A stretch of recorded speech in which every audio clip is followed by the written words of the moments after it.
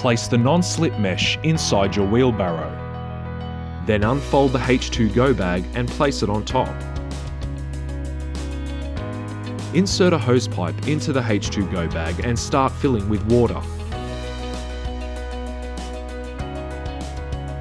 When the bag is full, remove the hose and close the spout.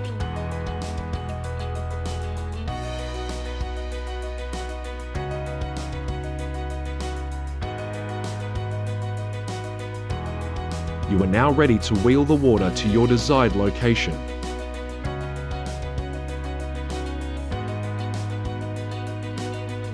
Position the wheelbarrow in front of your water container. Open the spout, then gently lift the wheelbarrow to pour the water directly into the container. The H2Go bag is an easy way of transporting large amounts of water to areas where a hosepipe cannot reach. It's ideal for horses on temporary restricted grazing with no access to a permanent water trough.